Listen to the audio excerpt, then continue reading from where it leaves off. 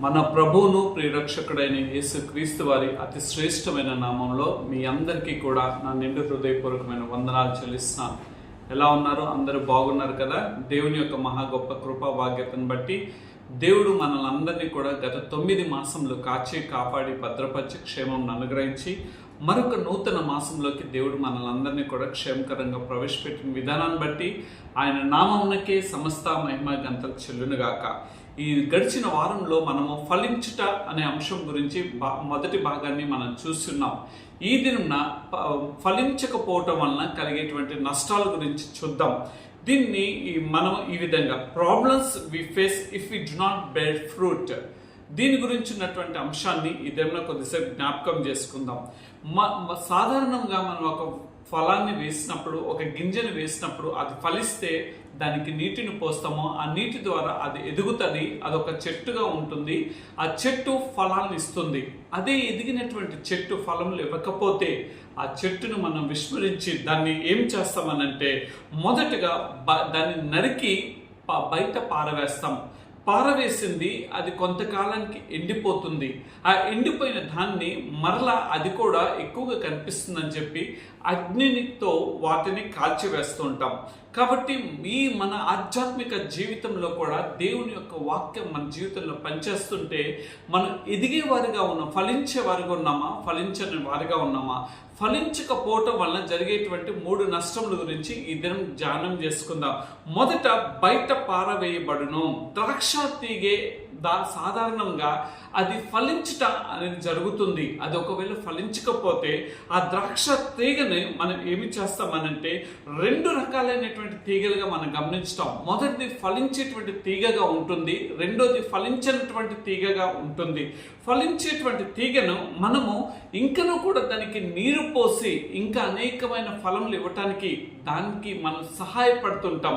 అదే గనక ఫలించకపోతే వెంటనే ఆ యొక్క చెట్టుని నరికివేసి బయట పారవేస్తాము. అదే విధంగా కొంతకాలానికి అది ఎండిపోతుంది. ఆ ఎండిపోయిన దానికి మంట రగిల్చి దాన్ని కాల్చివేసి బూడిద అవుతుంది. మన ఆధ్యాత్మిక జీవితంలో కూడా మనం ఫలించకపోవటం వల్ల మనం పారవేయబడతాం, అంటే దేవుని చేత విస్మరించబడతాము. విస్మరించబడినటువంటి మనము లోకం అనే పాపశయంలో కలిగిపోతూ ఉంటాము. ఆ పాపశయంలో ఉన్నటువంటి ఆఖరి ఫలితము మనం మరణానికి దారి తీస్తుంటుంది. ఈ ఆధ్యాత్మిక జీవితంలో మనం గమనించినట్లయితే ఫలించేది మనం చూసినట్లయితే యోహాను సువార్త 15వ అధ్యాయము 2వ వచనంలో ఈ విధంగా కనిపిస్తుంది. నాలో ఫలింపని ప్రతి తీగను ఆయన తీసి పారవేయును. ఎవరు? మనము గనక దేవునిలో ఫలించకపోతే ఆ ఫలించినటువంటి ఆ తీగను ఆ చెట్టు ఉంచుకొని విధముగా మనల్ని కూడా దేవుడు విస్మరిస్తాడు, అనగా మనల్ని తృణీకరిస్తారు. తృణీకరించడం వలన మన జీవితంలో జరిగేటువంటి సంఘటనలు కూడా ఈ దినం మనం కొద్దిసేపు చూసుకుందాం. బయట పారవేయబడటం అనంటే ఆధ్యాత్మిక జీవితంలో మనం బాగా ఆలోచన చేసినట్లయితే నిర్గమకాండంలోకి మనం వెళ్దాం. నిర్గమకాండము 1వ అధ్యాయము 22వ వచనం. అయితే ఫరో హెబ్రీల్లో పుట్టిన ప్రతి కుమార్ని నదిలో పారవేయండి, ప్రతి కుమార్తెను బ్రతకనేయండి అని తన జనులందరికీ ఆజ్ఞాపించను.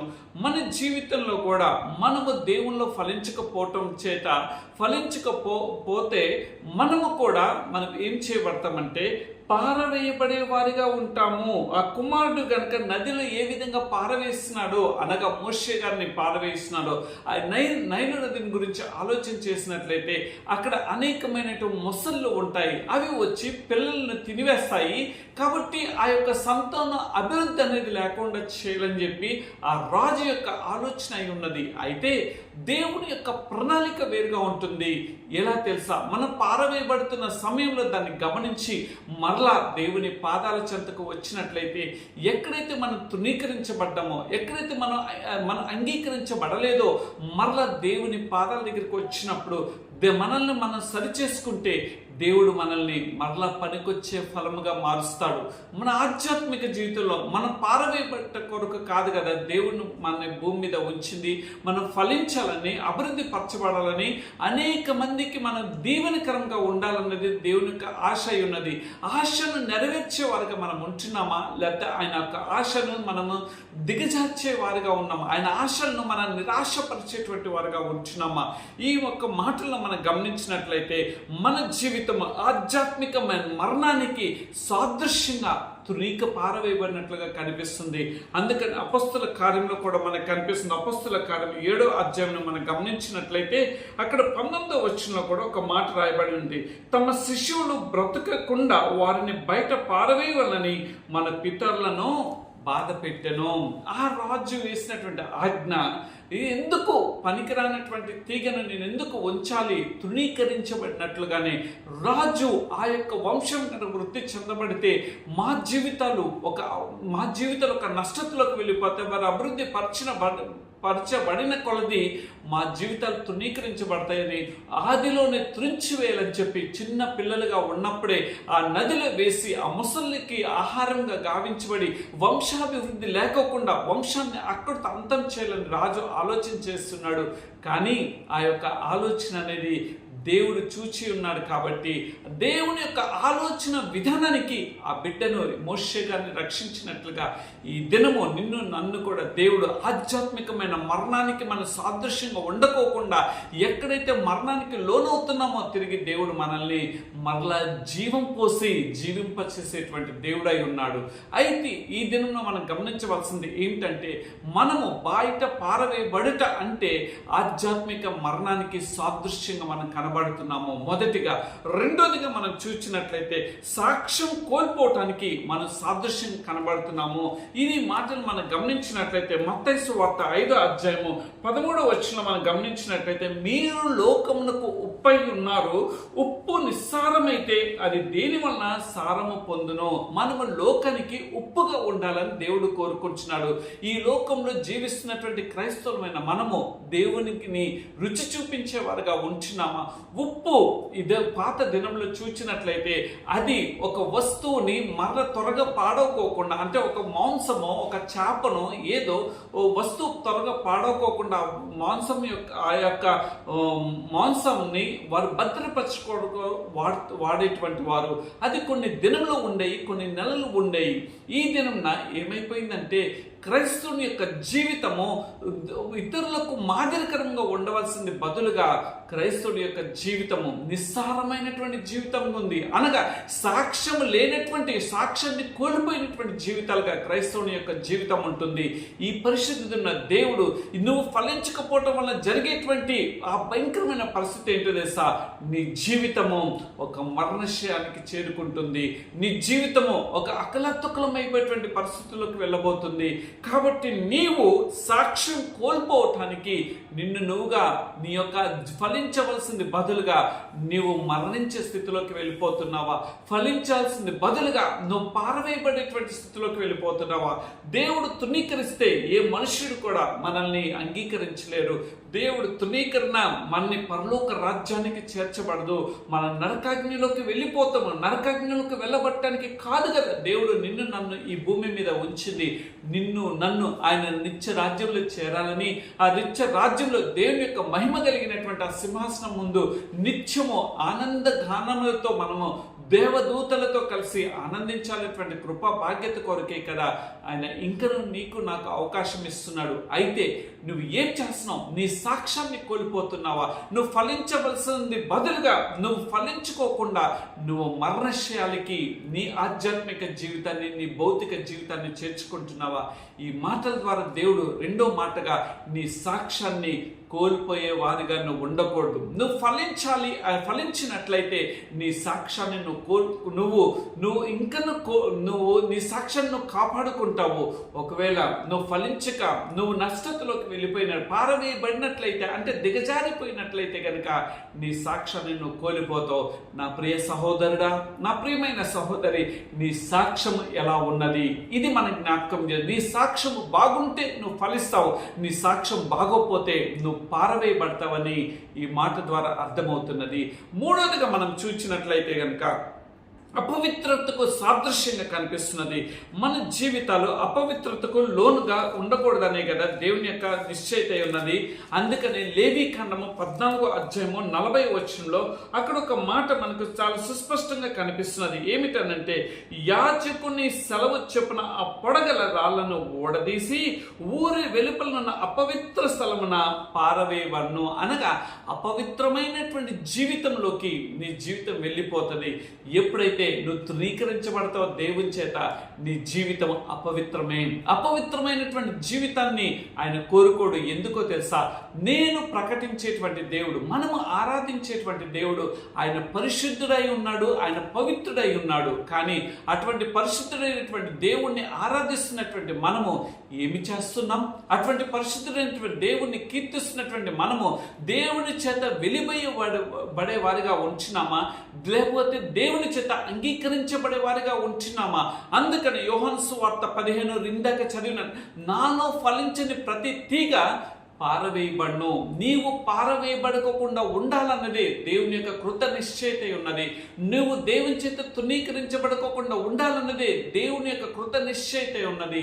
అయితే నీవు దేవుని యొక్క వాక్కుకు లోబడి జీవిస్తున్నావా? నువ్వు నేను జీవించకపోవటం వల్ల పారవేయబడతాము, రేపటి దిన తృణీకరించబడటానికి ఆ దేవుడు ఇంతకాలం నీకు నాకు ఆయుష్ ఇచ్చి భూమి మీద జీవింపచేస్తున్నాడు. అయితే ఆ తృణీకరించబడే రీతిలో, ఆ తృణీకరించే జనాంగంలో మనం వండుకోకుండా ఉండాలని అంటే మరలా మనం సరిచేయబడే, పారవేయబడుకోకుండా ఒక పనికొచ్చే తీగ వల్ల మన ఆధ్యాత్మిక జీవితం మార్చబడాలి. రెండో అంశం గురించి, పారవేయబడిన తర్వాత ఎండిపోవుట. రెండో అంశం ఏమిటంటే ఎండిపోయేవారుగా. మన ఎండిపోవుట అనగా దానికి సాదృశ్యము యోబు గారు రాస్తున్నాడు కదా. యోబు గ్రంథంలోకి మనం వెళ్ళినట్లయితే అక్కడ మనకు కనిపిస్తుంటుంది. యోబు గ్రంథం 18వ అధ్యాయంలోకి మనం వెళితే అక్కడ 5వ వచనంలో ఈ విధంగా ఈ మాట కనిపిస్తున్నది. భక్తిహీనుల దీపము ఆర్పివేయబడును, వారి అగ్నిజ్వాలలో ప్రకాశింపకపోవును. అంటే భక్తిహీనతకు సాదృశ్యంగా ఎండిపోతే మన జీవితం, మన ఆధ్యాత్మిక జీవితం కనిపిస్తుంది. మనము భక్తిహీనతగా ఉండకూడదు కదా. భక్తిహీనులు దేవుణ్ణి విస్మరిస్తారు అని దేవుని యొక్క వాక్యం సెలవిస్తుంది. బుద్ధి గలవాడు, జ్ఞానవంతుడు దేవుని యొక్క మహిమ ఏంటో తెలుసుకొని దేవుని యొక్క పాద సన్నిధిలోకి వచ్చేవాడుగా ఉంటాడు. కానీ నీవు ఎండిపోతే గనక నీవు పనికిరాని వాడిగా ఉంటావు, అది వెలివేయబడినటువంటి వాడిగా ఉంటావు. కాబట్టి నీ జీవితము నీవు భక్తిహీనతకు సాదృశ్యంగా కనబడకూడదని దేవుడు కోరుకుంటున్నాడు. సాదృశ్యంగా కనబడితే, నువ్వు గనుక భక్తిహీన సాదృశ్యంగా కనబడితే దేవుని చేత విస్మరించబడతావని ఈ మాట ద్వారా మనకు అర్థమవుతున్నది. అదే యోబు గ్రంథం 18వ అధ్యాయము ఇంకొక మాట కనిపిస్తుంది. 16వ వచనం, క్రింద వారి వేలు ఎండిపోను, పైన వారి కొమ్మలు నరకబడును. పనికి రాకపోతే, వేలు చిగురించకపోతే క్రింద ఏమి చేయబడతాయి అంటే వేళ్ళు ఎండిపోతాయి. అనగా ఆ వేళ్ళు ఎండిపోతే అభివృద్ధి అనేది ఉండదు, ఫలించటం అనేది ఉండదు, చిగురించటం అనేది ఉండదు. అది ఎండిపోవటం వలన పైన వారి కొమ్మలు నరికివేయబడతాయి. అంటే చిగురించినప్పుడు ఆ చెట్టును ఉంచరు.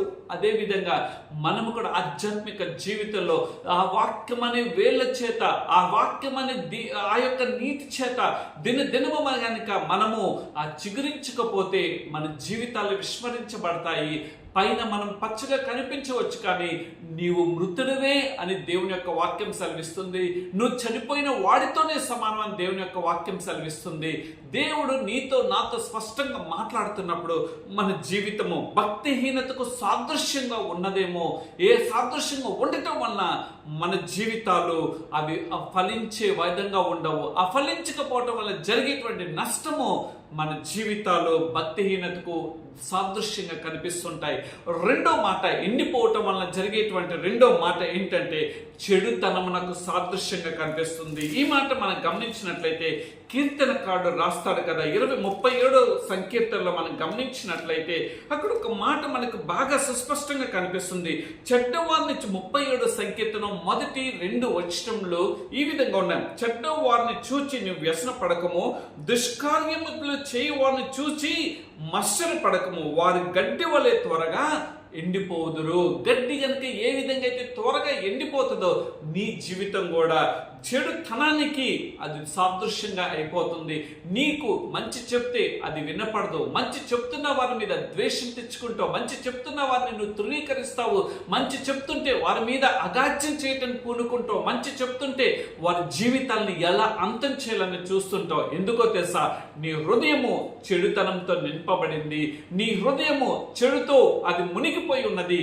అదే విధంగా మనము గనుక తృణీకరించబడితే, అదే గనుక మనం ఫలించకపోతే మన యొక్క జీవితం కూడా చెడుకి సాదృశ్యంగా కనిపిస్తున్నది. మన ఆధ్యాత్మిక జీవితంలో చెడుకు సాదృశ్యం అనగా ఏదో మనం తప్పిదం చేయటం కాదు. పరిశుద్ధ గ్రంథాన్ని చదవాలనే ఆలోచన మనకు రాదు. ప్రార్థన చేసుకోవాలనే ఆలోచన రాదు. పైన చూస్తే గనుక ఎంతో ప్రార్థనాత్మతో నువ్వు నింపబడినటువంటి వ్యక్తిగా నువ్వు కనిపిస్తావు. ఇతరులకు ఎంతో ఆరాధించే వ్యక్తిగా నువ్వు కనిపిస్తావు. ఇతరులకు ఎంతో వాక్యం చెప్పే వ్యక్తిగా కనిపిస్తావు. ఇతరులకు ఎంతో భక్తిపరుడుగా నువ్వు కనిపిస్తావు. కానీ నీలో వాక్యము చేత నీ యొక్క ఆధ్యాత్మిక జీవితం లేకపోతే నీవు ఎలా ఉంటావు తెలుసా? నీ అంతరంగమంతా కూడా మత్సరముతో 37:1-2 రాయబడినట్లుగా మత్సరములు నీలో ఉంటాయి, కోపములు నీలో ఉంటాయి, ఇతరుల మీద అసహ్యత కలిగించే విధంగా ఉంటుంది, ఇతరులను ద్వేషించేవాడిగా ఉంటావు. అలా ఉండకూడదనే కదా దేవుడు నిన్ను నన్ను ఇంకనో ఒక అవకాశం ఇచ్చి ఈ పరిశుద్ధ దిన నీతో నాతో మాట్లాడుతున్నాడు. మనం దేవుని యొక్క శరీరాన్ని రక్త మాంసంలో పాలిభాగస్థం అవుతున్నాము. కానీ దేవుని యొక్క శరీరం అనగా పవిత్రతమైనటువంటి దేహము, ఆయన యొక్క రక్తము ఏ యొక్క అపవిత్రత లేనటువంటి అతి పరిశుద్ధమైనటువంటి పవిత్రమైనటువంటి రక్తము. ఆ రక్తాన్ని మనం సేవిస్తున్నప్పుడు మనలో ఆ చెడుతనం ఉన్నట్లయితే, ఆ మత్సరత ఉన్నది, ఇతరులను చూసి మనం తట్టుకునేటువంటి లక్షణాలు మన జీవితంలో ఉంటే మనం ఎండిపోతాము అని మాట ద్వారా మనకి అర్థమవుతున్నది.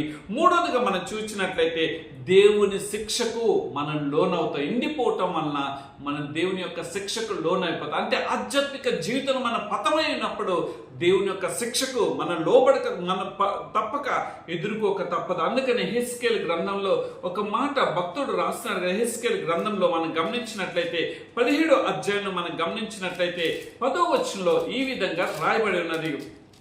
17వ అధ్యాయం 10వ వచనంలో ఈ విధంగా ఉన్నది. ఏమిటనంటే, ఆది నాటబడిన వృద్ధి పొందున తూర్పు గాలి దాని మీద విసురగా అది బొత్తిగా ఎండిపోను, అది నాటబడిన పొదలోనే ఎండిపోను. ఎక్కడ వేసినటువంటి గొంగలి అక్కడగానే ఉంటుంది. నీ ఆధ్యాత్మిక జీవితం నువ్వు అనుకుంటుండవచ్చు, నేను ఎంతగానో ఆధ్యాత్మికంలో బలపరచబడుతున్నాను, ఎంతగానో దేవుణ్ణిలో నేను ఆనందించబడుతున్నాను అనుకుంటున్నావు. కానీ నీ ఆధ్యాత్మిక స్థితి ప్రారంభ దశలో ఏ విధంగా ఉన్నదో అదే ప్రారంభ దశలో ఉన్నటువంటి దేవుని గురించినటువంటి తృష్ణ నీలో ఈ దినం ఉన్నదా? ఆ దేవుని గురించినటువంటి ఆసక్తి నీలో ఉన్నదా? దేవుని గురించినటువంటి వాక్యంను గురించినటువంటి అన్వేషణను చేసే వ్యక్తిగా ఉన్నావా? ఆ వాక్యాన్ని ధ్యానించేటువంటి వ్యక్తిగా ఉన్నావా? ఆ వాక్యము వెనుక ఉన్నటువంటి మధురమైనటువంటి ఆ తీయ ధనాన్ని ఆస్వాదించేటువంటి శక్తి సామర్థ్యత ఈ దినం నీలో నాలో ఉన్నదా? మనము గనక అటువంటి వారిగా లేకపోతే మనము దేవుని యొక్క శిక్షకు మనం సాదృశ్యంగా మార్చబడతాం. ఏ శిక్ష? తృణీకరించబడతాము, వెలివేయబడతాము, దేవుని చేత ఉమ్మివేయబడే వారిగా మనం ఉంటాము. అందుకని ఆ ఉమ్మి వేయబడేవారిగా ఉండకూడదని దేవుడు కోరుకుంటున్నాడు. ఎండిపోవుట అనగా మొదటగా నీ భక్తిహీనతకు సాదృశ్యము, రెండోదిగా చూచిన నీ చెడుతనానికి సాదృశ్యము, మూడోదిగా చూసిన దేవుని యొక్క శిక్షకు నువ్వు సాదృశ్యము. నా జీవితము ఈ పరిశుద్ధ దిన ఎలా ఉన్నదో మనం ఒక్కసారి జ్ఞాపకం చేసుకుందాం. ఎండిపోయినటువంటి ఆధ్యాత్మిక స్థితిలో ఉన్నట్లయితే తిరిగి మరలా దేవుని పాదాల దగ్గరికి రా. దేవుని యొక్క పాద సన్నిధిలో నువ్వు మొరపెట్టు. దేవుని యొక్క పాద సన్నిధిలో నువ్వు గోజాడేవాడిగా ఉన్నప్పుడు మరలా ఎండిపోయినటువంటి మోడును మరలా చిగురింప చేసేటువంటి దేవుడు, నేను ప్రకటిస్తున్నటువంటి దేవుడు. నీ జీవితము మరలా చిగురించాలంటే, మరలా నీవు ఎండిపోయినటువంటి నీ బ్రతుకు మరలా చిగురింప చేయబడాలంటే నీలో ఉన్న భక్తిహీనతను తీసివేసుకో. దేవునికి ఆయాస్కరమైన క్రియలు ఏమైతే ఉన్నాయో గలతీయులకు రాసిన పత్రిక 5వ అధ్యాయం 19వ వచనంలో ఆ ఉన్నటువంటి 15 శరీర కార్యములు నీలో నుండి తొలగించుకోవాలని దేవుడు కోరుకుంటున్నాడు.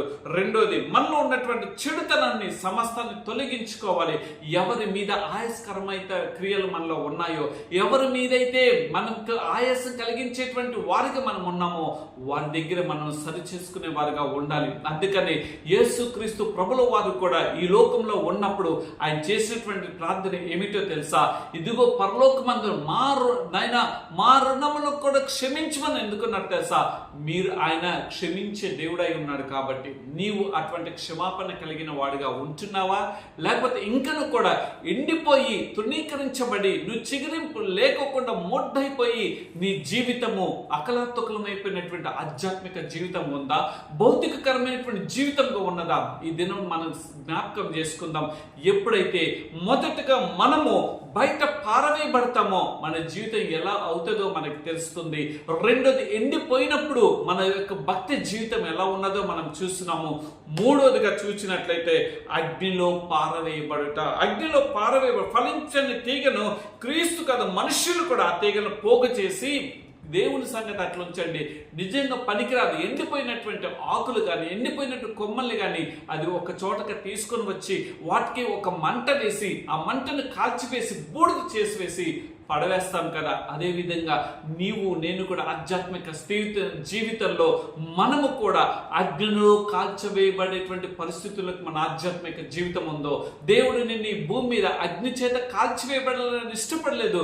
మన పితరులు దేవుని యొక్క మాటకు లోబడుకోకుండా దేవునికి ఆయాస్కరమైన క్రియలు చేశారు, దేవుని తునీకరించారు, దేవుని సనుక్కున్నారు, దేవునికి అయిష్టకరమైన క్రియలు చేసి దేవుని ఎంతగానో దుఃఖపెట్టినప్పుడు వారు అగ్నికి ఆహుతైనారు. అంత మాత్రమే కాదు, పరిశుద్ధ లేఖన గ్రంథం రాజుల గ్రంథంలో 1వ రాజుల గ్రంథంలో మనం చూస్తాం, ఏలియా గారు అక్కడ బయలు ప్రవక్త 400 మంది ఉన్నారు. వారు 400 మంది ప్రవక్తలు కూర్చొని వారి శరీరాన్ని కోసుకుంటున్నారు. బయలా బయలా రా రా అనంటే ఏ బయలు రాలేదు. కానీ ఏలియా గారు అక్కడ గంధకం చుట్టూ నీళ్ళంతా కూడా నింపి ఉన్నారు. అదంతా కూడా తడితోనే ఉంటే వెంటనే ఆకాశం నుండి అగ్ని దిగి వచ్చి మొత్తాన్ని కాల్చివేసింది. ఎందుకంటే అక్కడ ఆ దేవుని యొక్క మహిమ కలిగిన కార్యము చూపించట కొరకు ఈ దినంన నీ భక్తి విధానంలో కూడా నువ్వు బలహీనుడు అయిపోతే నీవు అగ్ని చేత అనగా అక్కడ ఏ విధంగా అయితే నువ్వు చిగురిస్తున్నట్లుగానే ఉంటావు. అక్కడ నీళ్లు పోసినప్పుడు అది ఎంతగానో పుష్కలంగా ఉంది, కాలిపోవటానికి ఆస్కారం లేనట్లుగానే ఉంటుంది. కానీ దేవునికి అసాధ్యమైనది ఏది కూడా లేదు. సమస్తమును సాధ్యం చేయగలిగేటువంటి దేవుడు కాబట్టి ఆయన మహిమ కలిగిన కార్యం చేయవాడై ఉన్నాడు. ఎప్పుడైతే ఆ అగ్ని శకలాల్లో వేయబడతామో కాలిపోతామో దాని అర్థం ఏంటో తెలుసా? వెనుకబడిన క్రైస్తవ యొక్క ఆధ్యాత్మిక జీవితము. మన ఆధ్యాత్మిక జీవితం ఈ దిన ఏ విధంగా ఉన్నది? ఆధ్యాత్మిక జీవితంలో మనం ఏ విధంగా ముందుకు వెళ్తున్నామో, మనము అపహాస్యం చేస్తూ దేవుని మందిరానికి వెళ్తూ ఏదో ఒక ఆచారపరమైనటువంటి క్రైస్తవులుగా మనం జీవిస్తున్నామా? ఆచారపరమైనటువంటి సిద్ధాంతాలను మనం పాటించేవారుగా ఉంటున్నామా? ఆచారపరమైనటువంటి క్రైస్తవ్యంగానే మనము కనిపిస్తున్నామా? కాదు కదా. నీవు దేవునికి ఒక చిగురించేవాడిగా దినము కూడా చిగురించే ఆధ్యాత్మిక స్థితిలో ఉన్న క్రైస్తవుడిగా నువ్వు ఉండాలని దేవుడు కోరుకుంటున్నాడు. కానీ ఎండిపోయినటువంటి మొద్దుగా ఉండకూడదు. ఎండిపోతే గనక నువ్వు కాల్చివేయబడతావు. నువ్వు దానికి సాదృశ్యంగా కాల్చివేయబడుట అంటే దేవునికి దూషణకరంగా మనం జీవించుట. దేవుడిని దూషిస్తూ ఉంటాము. దేవుడు నాకేం చేశాడు? దేవుడు నమ్ముకుంటే నా జీవితంలో ఎందుకు ఇలా జరిగింది? దేవుడు నిజమైన దేవుడైతే ఎందుకు నాకు ఇట్లా అన్యాయం చేసి ఉన్నాడు అని మనం అంటాం. కానీ ఒక్క మాట పరిశుద్ధ దేవుడు అన్యాయం చేయడం అసంభవము అని దేవుని యొక్క వాక్యం సెలవిస్తుంది. దేవుని యొక్క వాక్యంని నువ్వు చేర్చుకుంటే నీ జీవితంలో నువ్వు దేవుని చేర్చుకునేవాడిగా ఉంటావు. కానీ నువ్వు ఎప్పుడైతే అగ్నిలో వేయబడతామో అనగా మన ఆధ్యాత్మిక జీవితంలో దిగజారిపోతామో దేవుని దూషిస్తాం. దేవుడు ఏం చేశాడు? నువ్వు చూపించు, దేవుడు ఎక్కడ కనపడుతున్నాడో అని నువ్వు అనుకుంటావు. కానీ దేవుని యొక్క వాక్యం ఏమని చెప్తుందో తెలుసా? అగ్నిలో నువ్వు జీవించిన కొలది ఏ విధంగా నీ జీవితం మార్చబడుతుందో, ఏ విధంగా పతనావస్థకు వెళ్ళిపోతుందో ఒక 3-3 వ్యక్తుల్ని ఈ పరిశుద్ధ గ్రంథంలో నేను చూపిస్తాను. దావీదు గారి గురించి మనం ఆలోచన చేసినట్లయితే దావీదు గారు 2వ సమూయేలు గ్రంథంలోకి మనం వెళ్తే అక్కడ మనకు చాలా సుస్పష్టంగా దావీదు గారి గురించి మనకు కనిపిస్తున్నది. 2వ సమూయేలు గ్రంథము మనం గమనించినట్లయితే 12వ అధ్యాయంలోకి ఒక్కసారి మనం వెళ్దాం. 12వ అధ్యాయము 14-15 వచనాలు ఈ విధంగా ఉన్నాయి. అయితే ఈ కార్యములను యెహోవాను దూషించుటకు ఆయన శత్రులకు నీవు గొప్ప హేతు కలగజేసి గనుక నీకు పుట్టిన బిడ్డ నిశ్చయంగా చచ్చునని దావీదుతో చెప్పి తన ఇంటికి వెళ్ళాను. దావీదు గారు చేసినటువంటి దుష్క్రియ ఒక్కటే ఆయన జీవితంలో. ఆయన ఒక స్త్రీని చూచిన్నాడు, మిద్దె మీదకి వెళ్ళి ఆ స్త్రీ వలన తన జీవితంలో నష్టాన్ని తెచ్చుకున్నాడు. ఆ నష్టానికి బదులుగా దేవుని యొక్క వాగ్దానం, దేవుని యొక్క ప్రవచనం ఏ విధంగా చూడండి. ఇక్కడ 14-15 వచనాల్లో ఈ కార్యములు యెహోవాను దూషించుట వలన కలిగినటువంటి దూషించుటకు ఆయన శత్రువులను, అంటే నిన్ను దూషించటం, నువ్వు ఇతరులకు పచ్చగానే కనిపిస్తావు, కానీ నీ యొక్క ఆధ్యాత్మిక స్థితిగతుల వలన నీవు ఎక్కడో చోట పట్టబడతావు. ఆ పట్టబడటం వలన నువ్వు దిగజారిపోయేటువంటి పరిస్థితుల్లోకి వెళ్తావు. అప్పుడు నీకు ఏం కలుగుతుందో తెలుసా? గొప్ప హేతువు ఏంటి? నష్టం అనే హేతువు నీ జీవితంలో కలుగుతుంది. ఆ నష్టం అనే హేతు కలగటం వలన నీ జీవితంలో ఎండిపోయినట్టు కాల్చివేయబడినటువంటి పరిస్థితులు. దావీదు గారి జీవితంలో ఎన్నో కాల్చబడినటువంటి పరిస్థితులు అండి. ఆయన పారిపోయేటువంటి పరిస్థితులు, నలిగిపోయాడండి, కుమిలిపోయాడండి. ఆయన ఎంతగా అంటే తన్ను తానుగా ఇంకా బ్రతుకుట అనే టైప్లోకి ఆయన వెళ్ళిపోయినప్పుడు దేవుని యొక్క కృప దావీదు గారి మీద ఉంది కాబట్టి ఆ యొక్క కాలిపోయే నిర్జీవమైన స్థితి నుండి దేవుడు మరలా తిరిగి లేవనెత్తి ఒక సజీవమైన చక్రవర్తిగా దేవుడు దావీదు గారిని మార్చి ఉన్నాడు. ఆయనకు మాత్రమే కాదు కదా దేవుడు, నీ జీవితాన్ని కూడా దేవుడు కదా. అయితే దావీదు గారి వలె ఆ యొక్క పరిస్థితుల్లోకి నేను వెళ్ళకూడదని దేవుడు ఆశపడుతున్నాడు. అందుకనే మన జీవితంలో అటువంటి అగ్ని చేత కాల్చివేయబడి కొలిమిలో మనం పడిపోకుండా బహు జాగ్రత్త కలిగిన వారిగా మన ఆధ్యాత్మిక స్థితిని మనం కాపాడుకోవాలి.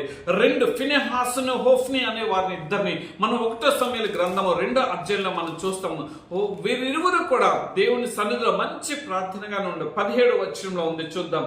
అందువలన జనులు యెహోవాకు నైవేద్యం చేయటం అసహ్య పడుటకు ఆ యవనులు కారణమైంది కనుక వారి పాపం యెహోవా సన్నిధిని గొప్పగా, మన పాపము దేవుని సన్నిధిని ఒక గొప్ప వేదనకు గురి చేస్తుంటుంది, ఒక గొప్ప బాధకు గురి చేస్తుంది. దేవుని యొక్క నామము దూషించబడేటువంటిగా ఉంటుంది. ఈ దినం క్రైస్తవుని యొక్క జీవితం చూచినట్లయితే టాటూలు వేసుకొని పరిశుద్ధ గ్రంథంలో లేదు అని అంటున్నారు. ఎంత భయంకరమైనటువంటి క్రైస్తవు యొక్క జీవితానికి అడ్డుగోడలుగా ఉన్నారు.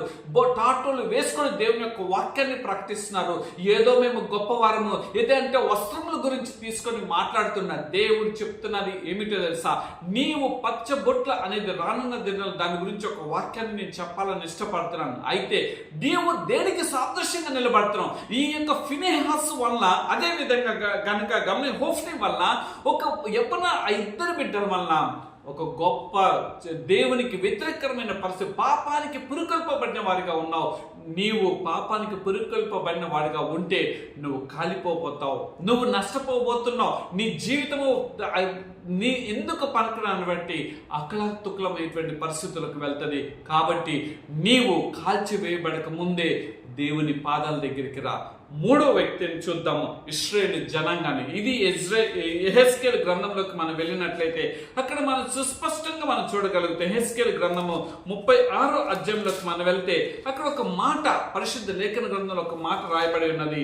ఏమని ఉందంటే 36వ అధ్యాయము 20-21 వచనాలు మనం గమనించినట్లయితే ఈ విధంగా, వారు తాము వెళ్ళిన స్థలంలోని జనముల యొద్ద చేరగా ఆ జనులు వీరు యెహోవా జనులే కదా, ఆయన దేశంలో నుండి వచ్చిన వారే కదా అని చెప్పుట వల్ల నా పరిశుద్ధ నామమునకు, అనగా దేవుని యొక్క పరిశుద్ధ నామమునకు దూషణ, ఆయన పరిశుద్ధ నామానికి దూషణ. నీవు ఏ విధంగా ఇశ్రాయేలు జనాంగము దేవుడు అంతగా వారిని ప్రేమించి ఆ బానిసకరమైన బ్రతుకుల నుండి తీసుకొచ్చి ఒక పాలు తేనెలు ప్రవహించే ప్రదేశంలోకి చేయాలని ఆయన ఎంతగా ఇష్టపడితే, రాత్రి అగ్ని స్తంభంగాను పగలు మేఘ స్తంభంగా నుండి దేవదూతలు తినేటువంటి ఆహారాన్ని ఇచ్చి ఇంకను మాకు ఆహారం కావాలంటే వారి గొంతుకులో ఉండేటువంటి ఒక పుర్రెలను ఆయన భూమి మీద ఆయన కలగజేసి వారికి కడుపు నిండా ఆహారాన్ని ఇస్తే దేవుణ్ణి దూషించున్నారు. ఈ దినం నువ్వు దేవుణ్ణి దూషించే వ్యక్తిగా ఉంటున్నావా? దేవుని దూషిస్తే వారు అగ్ని చేతనే వారు కాల్చబడినారు, వారు అరణ్యంలోనే నశించిపోయినట్లుగా దేవుని యొక్క వాక్యం సెలవిస్తుంది. నువ్వు నశించిపోవటానికా దేవుడు నిన్ను ఇంకా నువ్వు భూమి మీద ఉంచింది? నువ్వు ఇతరులకు పచ్చగానే కనిపిస్తున్నావు, కానీ నీ అంతర్భాగం ఉన్నటువంటి ఆధ్యాత్మిక జీవితం ఎలా ఉన్నది? నువ్వు ఇతరులకు ఎంత ఆధ్యాత్మిక పొరురాలుగా నిన్ను కనిపిస్తున్నావు, కానీ నీ ఆధ్యాత్మిక స్థితి ఎలా ఉన్నదో, నిన్ను నువ్వుగా ఇన్నర్ కాన్షియస్, నిన్ను నువ్వు ఆత్మతో నువ్వు నిజముగా దేవుని పాదాల దగ్గర ఆలోచన చేసినట్లయితే నువ్వు ఎంత దిగజారిపోయినటువంటి పరిస్థితుల్లో ఉన్నావు. వాక్యములు ఇతరులకు బాగా చెప్తావు, ప్రార్థన చేసినట్లుగా ఉంటావు, ఇతరుల దగ్గర ఎంతో భక్తిపరుడుగా భక్తిపరురాలుగా నువ్వు ఉంటావు, కానీ భక్తి అంతా కూడా ఎక్కడ తెలుసా? ఇదిగో శరీర కార్యములు. గల్తీలు రాసిన పత్రిక 5:19-21 వరకు ఉన్నటువంటి వచనాల 15 శరీర కార్యంలో ఎక్కడో ఒక చోట నీ యొక్క భక్తిహీనత అనేది కనిపిస్తుందని ఈ మాట ద్వారా అర్థమవుతుంది. నా ప్రియ సహోదరుడా, నీ భక్తి జీవితం ఎలా ఉన్నది? నువ్వు ఫలించాలి అని అంటే ఏమి చేయాలో తెలుసా? రండి చూపిస్తాను, అది కూడా నేను చూపిస్తాను. యోహాను సువార్తలోకి వెళ్దాం. యోహాను సువార్త 5వ అధ్యాయంలో మనం గమనించినట్లయితే ఒక మాట అక్కడ మనకు కనిపిస్తుంది. యోహాను సువార్త 5వ అధ్యాయము 4వ వచనంలో ఈ విధంగా రాయబడి ఉన్నది. చూద్దాము ఏమని ఉందంటే,